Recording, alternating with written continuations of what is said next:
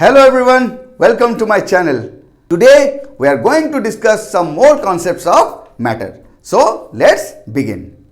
Students, we have discussed the arrangement of molecules in the three states of matter, that is solid, liquid and gas. Let us now discuss different properties of matter in these three different states. Okay?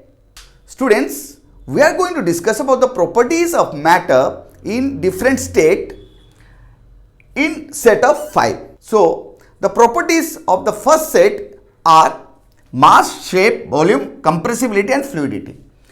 SLG represents solid, liquid and gas respectively. Okay. So, what about mass? Let us discuss. As I have already told you that matter has some mass and occupies some space. Because these are three states of matter, they have definite mass. Definite mass. Okay. Then shape. See, solid has shape and size. You need to remember. देखो जैसे कि ये pen है, इसका एक shape है और एक साइज है, ठीक है। लेकिन जब हम लोग कोई एक पानी की बोतल लेते हैं, हमको ऐसा लगता है कि पानी का एक शेप है, लेकिन कभी ये ध्यान देना, उसी पानी को अगर मैं एक जार में रख दूं तो वो वैसे ही दिखेगा, है ना। एक दूसरे कोई बर्तन में रख दूं तो वैसे ही दिखेगा। इसका मतलब क्या हुआ? Liquid and gas they don't have any shape and size. Okay, liquid takes the shape of the container in which it is kept. इसलिए तो जब बोतल में रखते हैं तो लगता है क्या इसका शेप ऐसा ही है, जब कोई जार में रख दें ऐसा लगता है कि पानी का शेप वैसा ही है ना. Gases, the molecules, they are far far away from each other, they roam around, they never stay at one place. तुम ये सोचोगे सर किचन में हमारा जो गैस सिलेंडर है, फिर उसके अंदर तो गैस है तो उसी का शेप हुआ ना. नहीं, वो क्या होता है, उस सिलेंडर के अंदर ऐसे घूमते रहते हैं, उनको कंप्रेस करके रखा जाता है. हम कंप्रेसिबिलिटी के बारे में आगे भी पढ़ेंगे, ठीक है. लिक्विड और गैस, उनका कोई शेप एंड साइज नहीं होता है, ठीक है. समझ में आया? अभी तीसरा प्रॉपर्टी डिस्कस करते हैं, वॉल्यूम. वॉल्यूम में देखो, solid and liquid they have definite volume, but what about gases? Gases they have indefinite volume, but they acquire the volume that is available to them. ठीक है, सिलेंडर के अंदर रख दो तो उतना वॉल्यूम वो ले लेंगे, जितना भी हो उनका उसी के अंदर वो रह जाएंगे. क्यों? वो तो घूमते रहते हैं ना, वो कहीं रुकने वाले हैं नहीं, वो घूमते रहेंगे ऐसे ही. उतना ही गैस को अगर हम जाके बोतल में रख दें बड़ा सा, तो उसी के अंदर ही घूमते रहेंगे, तो उसी का वॉल्यूम एक्वायर कर लेता है. वो बोतल का वॉल्यूम एक्वायर करता है, सिलेंडर का वॉल्यूम एक्वायर करता है, उसका कोई डेफिनेट वॉल्यूम नहीं है. तो वॉल्यूम किस किस का है? सॉलिड और लिक्विड का. गैस का वॉल्यूम नहीं होता है, ठीक है. Then compressibility. कंप्रेसिबिलिटी मतलब कितना हम कंप्रेस कर सकते हैं उसको. स्टूडेंट्स, एक ऐसा सिचुएशन देख लो कि सपोज एक क्लासरूम में कुछ बच्चे बैठे हुए हैं, हर एक बेंच में 3-3 स्टूडेंट्स बैठे हैं. बगल वाले क्लासरूम में अगर कुछ काम होना हो तो प्रिंसिपल आके बोलेंगे बच्चों दूसरे क्लासरूम में चले जाओ, यहां पे कुछ काम होगा. तो यहां पे जब तुम दूसरे क्लासरूम में आओगे तो वहां पे टीचर क्या बोलेगी? ठीक है, एडजस्ट कर लो. तो तुम लोग क्या करोगे? जहां पे एक बेंच में 3 बैठे थे तो तीनों के अंदर थोड़ा थोड़ा स्पेस था. अभी एक एक बेंच में 5-6 बैठने वाले हो, तो क्या करोगे? घुसोगे. तो क्या हो गया? फिर एक दूसरे को धक्का मुक्की. हाँ, ये इसको प्रेस कर रहा है, ये उसको पुश कर, तू उधर जा, तू उधर जा. तो क्या होता है ना, क्योंकि स्पेस था इसलिए दूसरा स्टूडेंट आके एडजस्ट हो गया, है ना. स्पेस था इसलिए एडजस्ट हो गया. अभी तीनों सपोज तुम देख लो ऐसे बैठे थे 3 स्टूडेंट, तो यहां पे अगर एक बंदे ने ऐसे धक्का दिया तो वो यहां पे आ जाएगा, फिर ये ऐसे धक्का देगा, तो क्या हो गया? वो शिफ्ट कर सकते हैं, है ना. वो शिफ्ट करेंगे और बाकी स्टूडेंट्स एडजस्ट होंगे. वही जहां पे स्पेस होगा वहां पे कंप्रेसिबिलिटी होगा. समझ में आया? अभी खुद ही सोच लो, कंप्रेसिबिलिटी किसका सबसे ज्यादा होगा? कुछ ध्यान में आ रहा है? हमने क्या पढ़ा है? Gases they have more intermolecular space between them. Okay, so ये जो गैसेस हैं ये तो बहुत ही ज्यादा कंप्रेस हो जाएंगे, है ना। अभी पहले मैंने क्या बोला था, सिलेंडर के अंदर कंप्रेस करके हम एयर को रखते हैं, तो ये जो है कंप्रेसिबिलिटी गैस का सबसे ज्यादा है, क्योंकि उसका जो है इंटरमोलिकुलर स्पेस सबसे ज्यादा है। उसके बाद किसका कम होगा? लिक्विड। उनका भी कंप्रेसिबिलिटी है लेकिन थोड़ा कम, गैस से कम, क्योंकि लिक्विड के अंदर जो मॉलिक्यूल्स हैं उनके अंदर का इंटरमोलिकुलर स्पेस गैसेस से कम है। तो ये मॉलिक्यूल्स कंप्रेसिबल हैं लेकिन कम। ठीक है, अब देख लो सॉलिड, वो मॉलिक्यूल्स बेचारे पहले से ही सुखड़े हुए हैं, उनके अंदर तो इंटरमोलिकुलर स्पेस नेग्लिजिबल है, तो फिर कहां से धक्का मुक्की नहीं हो पाएगा, है ना। तो सॉलिड में क्या होता है? कंप्रेसिबिलिटी नेग्लिजिबल होता है। ओके, समझ में आया। अभी फ्लूइडिटी, फ्लूइडिटी फ्लो से आता है। फ्लूइडिटी जो फ्लो करेगा उसके प्रॉपर्टी को बोलते हैं फ्लूइडिटी। तो कौन कौन फ्लो कर सकता है? अभी एक बात ध्यान दो, रात का वक्त सन्नाटा छाया हुआ, अचानक से रूम से कोई आवाज आता है, हम लाइट्स ऑन करते हैं, पता चला घर के अंदर कोई घुसा हुआ है, चोर चोर चोर, पकड़ो पकड़ो पकड़ो पकड़ो पकड़ो पकड़ो पकड़ो। अगर पकड़ सकते तो पकड़ लिया, अगर दूर भाग गया तो भाग गया। अगर हमारे पास उसको पकड़ने का ताकत है, हम अगर उसके और हमारे बीच का जो डिस्टेंस है कम कर सकते हैं और उसको पकड़ सकते हैं फोर्स से, तभी जाके वो रुकेगा, नहीं तो भाग जाएगा, है कि नहीं। वैसे ही जब मॉलिक्यूल्स के अंदर इंटरमोलिकुलर फोर्स ऑफ अट्रैक्शन ज्यादा होगा, अट्रैक्ट कर सकते हैं, तो क्या हुआ? वो एक दूसरे को भागने नहीं देंगे। भले रुक जा भाई, कहां जा रहा है, हम भी हैं तेरे साथ, छोड़ के मत जाइयो। तो वही होता है, किस किस का इंटरमोलिकुलर फोर्स कम होगा। अभी हमने ये पढ़ाई किया था कि जो सॉलिड का इंटरमोलिकुलर फोर्स ऑफ अट्रैक्शन सबसे ज्यादा है, क्यों? इंटरमोलिकुलर स्पेस सबसे कम है। तो नजदीक नजदीक में है तो एक दूसरे को पकड़ के रखे हुए हैं, पकड़ के रखना, छोड़ना नहीं, है ना। तो एक दूसरे को पकड़ के रखते हैं, वो जहां पे है वहीं पे रहेंगे, वो कहीं जाने वाले हैं नहीं। ऐसा नहीं एक ईंट पड़ा हुआ है तो अपने आप से टूट के भाग जाएगा और एक पीस यहां से टूट के ऐसे चला जाएगा, नहीं, हमको तोड़ना पड़ता है कि नहीं। लेकिन एक चीज ध्यान रखो, अगर थोड़ा सा भी पानी कहीं गिरा हुआ है फ्लोर पे, तो वो क्या होता है? धीरे धीरे फैल जाता है, क्योंकि जो लिक्विड है उनके मॉलिक्यूल्स के अंदर इंटरमोलिकुलर स्पेस थोड़ा ज्यादा है, इसलिए intermolecular force of attraction solid से कम है। तो वो क्या होता है? परमिट करते हैं एक दूसरे को इधर उधर जाने के लिए। The molecules of liquid they flow because the intermolecular space in between the molecules of liquid is comparatively high then the solids, and that's why the intermolecular force of attraction between the molecules of liquid is comparatively lower than solid. तो भाई चलते हैं, अच्छा चलता हूं दुआओं में याद रखना, ऐसे करके निकल लेते हैं। अरे just joking, they don't sing actually, but ऐसा सोच लो, हम अगर करते हैं ऐसे ही करते हैं तो वो मॉलिक्यूल्स का एक दूसरे से दूर जाते हैं, इसलिए वो फैलते हैं, इसलिए को क्या बोलते हैं? फ्लो, दे फ्लो। अगर गैस के बारे में सोच लो, बल्ले बल्ले शावा शावा, कोई भी मॉलिक्यूल का दूसरे के साथ कोई लेना देना है नहीं, भागे रहते, तू तेरे रास्ते, तू तेरे रास्ते, तू उधर जा, मेरे को कोई मतलब नहीं, क्योंकि हमारे बीच का कोई रिश्ता ही नहीं है। बोलते हैं देखो हम लोग बहुत दूर दूर हैं, हम नजदीक नहीं आ सकते, पकड़ सको तो पकड़ लो। अभी ये मॉलिक्यूल्स क्या बोलते हैं? भैया हमारा तो इंटरमोलिकुलर फोर्स ऑफ अट्रैक्शन बहुत ही कम है, हम कहां पे अप्लाई करेंगे आपके ऊपर। तो वो एक दूसरे को पकड़ के रख ही नहीं पाते, तो फैलते रहते, देखो दिखते ही नहीं, इसलिए हमको इतने दूर दूर है मॉलिक्यूल्स तो दिखते ही नहीं। Gases they also flow, they spread, है ना, they spread in any container we keep them. और इन जनरल हम अगर बोलेंगे एटमॉस्फेयर में देख लो कितने सारे गैसेस हैं, hydrogen, oxygen, carbon dioxide, nitrogen, carbon monoxide, इसके बाद स्मोक भी है। स्मोक में क्या है? डस्ट पार्टिकल है, अनवांटेड पार्टिकल्स, इसलिए हम दिखता है, लेकिन बाकी सारे को देखते हो तुम? Oxygen, nitrogen, hydrogen, carbon dioxide दिखता है? नहीं दिखता, क्योंकि वो तो तुम अपने रास्ते, हम अपने रास्ते। तो इसलिए जो लिक्विड और गैस है वो क्या है? फ्लो करते हैं, इसीलिए liquid and gases they are also called fluid. ठीक है, सॉलिड फ्लो नहीं करता, लिक्विड गैसेस फ्लो करते हैं, तो लिक्विड और गैसेस को बोला जाता है फ्लूइड, और इनका ये प्रॉपर्टी को बोला जाता है फ्लूइडिटी। ओके, समझ में आया? So students, let us now revise the first 5 properties. Okay, so regarding mass, solid, liquid, gas, they have definite mass. What about shape? Solid, liquid and gas. Solid, they have shape and size, but liquid and gas, they occupy shape of container. Shape of container, है ना? ये जिस container में रहते हैं उन्हीं का ये शेप ले लेते हैं. वॉल्यूम, वॉल्यूम क्या होता है?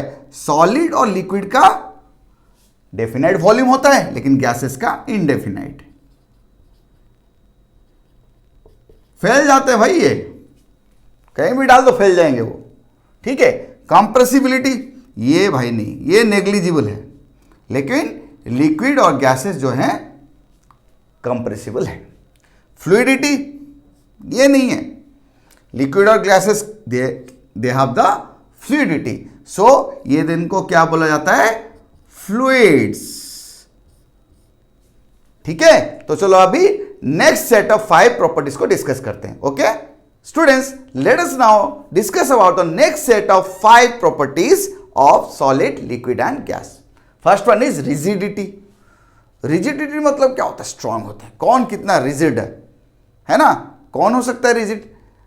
अभी देखो, जिसके अंदर बॉन्डिंग अच्छा हो वो उतना रिजिड होगा. बॉन्डिंग मतलब एक दूसरे की तरफ पकड़ जिसका जितना ज्यादा उतना ही वो रिजिड. तो किसके अंदर मॉलिक्यूल्स का पकड़ ज्यादा है? सॉलिड का. तो सॉलिड सबसे ज्यादा होगा. क्यों? क्योंकि उनके अंदर का इंटरमोलिकुलर फोर्स ऑफ अट्रैक्शन सबसे ज्यादा है. उससे थोड़ा अगर देखें कम रिजिड कौन है? लिक्विड. क्योंकि वहां पे इंटरमोलिकुलर स्पेस है तो इंटरमोलिकुलर फोर्स ऑफ अट्रैक्शन घट जाता है, तो वो लेस रिजिड है. और अगर गैसेस हो गया, वो तो ऐसे ही घूमते रहते हैं, वो रिजिड कहां से हो सकते हैं? तो वो रिजिड नहीं है. ठीक है. तो नेक्स्ट प्रॉपर्टी क्या है? Diffusion. Diffusion means movement of a substance from an area of high density to a area of lower density. Density के बारे में हम पढ़ेंगे, थोड़ा सा भी समझ लो. कोई एरिया अगर भरा हुआ है तो उसको हम बोलेंगे डेंस्ड एरिया. जैसे कि सपोज एक रूम है, ठीक है, और रूम में अगर 50 आदमियों को ऐसे जबरदस्ती भर दो तो क्या हो गया? उसको हम बोलेंगे डेंस्ड एरिया. कहीं का अगर पॉपुलेशन ज्यादा है तो हम क्या बोलते हैं? Population is very densed. क्योंकि एरिया में बहुत सारे लोग हैं तो पॉपुलेशन बहुत डेंस्ड है. सपोज और एक रूम है जहां पे कि 2-3 बंदे ऐसे बैठे हुए हैं, तो क्या है? हम बोलेंगे the area is very less densed, क्योंकि वो भरा हुआ नहीं है, खाली खाली है, तो इसलिए बोलते हैं उसको less densed. Movement of substance from high density area to low density area is called diffusion. तो सोचो यहां पे डिफ्यूजन किस तरह से होगा अगर हम सॉलिड, लिक्विड और गैस के बारे में ध्यान दें. सॉलिड में क्या है? मॉलिक्यूल्स के अंदर का इंटरमोलिकुलर फोर्स ऑफ अट्रैक्शन बहुत ही ज्यादा है. तो क्या और एक एरिया में वो मॉलिक्यूल्स जाने देंगे? नहीं. अगर जाने भी देते हैं तो क्या बहुत स्लो प्रोसेस होता है. तो सॉलिड में डिफ्यूजन क्या होता है? बहुत स्लो होता है. लिक्विड में फास्ट होता है, क्योंकि मॉलिक्यूल्स थोड़ा अलग अलग हैं, उनके अंदर का इंटरमोलिकुलर फोर्स ऑफ अट्रैक्शन थोड़ा कम है, तो वो उनका डिफ्यूजन होता है सॉलिड से फास्ट होता है. और गैसेस वेरी फास्ट, क्योंकि वो तो दूर दूर हैं, तो आराम से कहीं पे भी वो ट्रांसफर हो जाएंगे. ठीक है, समझ में आया? अभी नेक्स्ट प्रॉपर्टी देखते हैं, वो है number of free surfaces. Free surface solid के कितने भी हो सकते हैं, है ना? अगर मैं ये रिमोट लूं, ये एक सरफेस है, ये एक सरफेस है, ये एक सरफेस है, नीचे ऊपर, तो नंबर ऑफ फ्री सरफेसेस कितने भी हो सकते हैं. लेकिन लिक्विड में सिर्फ एक ही सरफेस होता है ना? अगर हम कहीं पे भी उसको रख दें तो क्या एक सरफेस है उसका, लिक्विड का एक सरफेस होता है, लेकिन गैसेस का कोई सरफेस ही नहीं होता. ठीक है. अभी चलो दूसरा प्रॉपर्टी देखते हैं, पैकिंग ऑफ मॉलिक्यूल्स. जब पैकिंग ऑफ मॉलिक्यूल्स बोलेंगे क्या है? किस तरह से मॉलिक्यूल्स अरेंज्ड हैं. तो अब सोचो सॉलिड में क्या होंगे? इंटरमोलिकुलर स्पेस बिल्कुल है नहीं के बराबर, और इंटरमोलिकुलर फोर्स ऑफ अट्रैक्शन इसलिए बहुत ज्यादा है. तो क्या हो रहा है? और they are very tightly packed. जब लिक्विड को ध्यान देंगे क्या हो जाएगा? थोड़ा इंटरमोलिकुलर स्पेस बढ़ जाता है तो इंटरमोलिकुलर फोर्स ऑफ अट्रैक्शन घट जाता है, तो उनका जो पैकिंग है वो क्या होता है? सॉलिड से थोड़ा कम होता है. So less tightly packed. और जब गैस को देखेंगे इंटरमोलिकुलर स्पेस बहुत ज़्यादा है, तो इंटरमोलिकुलर फोर्स ऑफ अट्रैक्शन पूरा नेग्लिजिबल है, तो वहां पे क्या होगा, they are very loosely packed. ठीक है, अब देखते हैं इंटरमोलिकुलर फोर्स। ये तो हमने कितनी बार ध्यान दिया, किसका है सबसे ज्यादा, सॉलिड का इंटरमोलिकुलर फोर्स ऑफ अट्रैक्शन सबसे ज्यादा है, लिक्विड का उससे कम है, और सबसे कम किसका है, गैसेस का। ठीक है, समझ में आया? तो एक बार रिवाइज कर लेते हैं। चलो, रिजिडिटी जब देखेंगे सॉलिड क्या क्या है, हाईएस्ट है ये, लिक्विड का less than solid, less than solid. Okay, ये नॉट रिजिड, ये रिजिड है ही नहीं। ठीक है, डिफ्यूजन वैसे बोला, इसका सबसे कम है, लेस, लिक्विड का मोर देन सॉलिड, और गैसेस का हाईएस्ट, हाईली डिफ्यूज्ड हम बोल सकते हैं। नंबर ऑफ फ्री सरफेसेस, इसमें क्या है, any number, any number of free surfaces they are in solid. Liquids में ओनली वन, और गैसेस में तो फ्री सरफेसेस होते ही नहीं है। पैकिंग ऑफ मॉलिक्यूल जब तक ये है क्या है, टाइटली पैक्ड है, टाइटली पैक्ड, और ये लेस टाइटली, और ये वेरी लेस। ठीक है, इंटरमोलिकुलर फोर्स इसमें सबसे ज्यादा हाईएस्ट, इसमें लेस देन सॉलिड, और गैसेस में वेरी लेस। ठीक है, समझ में आया? When we heat any matter, it tends to expand. Why does it expand? We will learn later on. Just remember this, whenever we apply heat, matter expands. But expansion के लिए क्या होगा, जो जो फोर्स एक दूसरे को पकड़ के रखे है ना, छोड़ेंगे तभी तो एक्सपैंड करेंगे, है ना। अभी हाथ ऐसे पकड़े हुए हो, यहां पे अगर मोमबत्ती लगा दूं, क्या होगा, गर्म होगा तो छूट जाएगा ना हाथ। हाँ, वैसे ही मॉलिक्यूल्स के अंदर का जो इंटरमोलिकुलर फोर्स है वो ब्रेक होता है बिकॉज ऑफ हीट। तो सबसे ज्यादा फोर्स किसका है, इंटरमोलिकुलर फोर्स सबसे ज्यादा है सॉलिड, इसलिए ये जो है एक्सपैंड कम करता है। लिक्विड उसका सॉलिड से ज्यादा एक्सपेंशन होगा, और गैस जो होता है उसका एक्सपेंशन मोर देन सॉलिड होगा। जब मोशन देखेंगे, मोशन किसके ऊपर डिपेंड, अभी देखो मैं यहीं पे मैं आराम से घूम रहा हूं, आराम से घूम रहा हूं, क्यों घूम पा रहा हूं, क्यों, क्योंकि मेरे पास स्पेस है।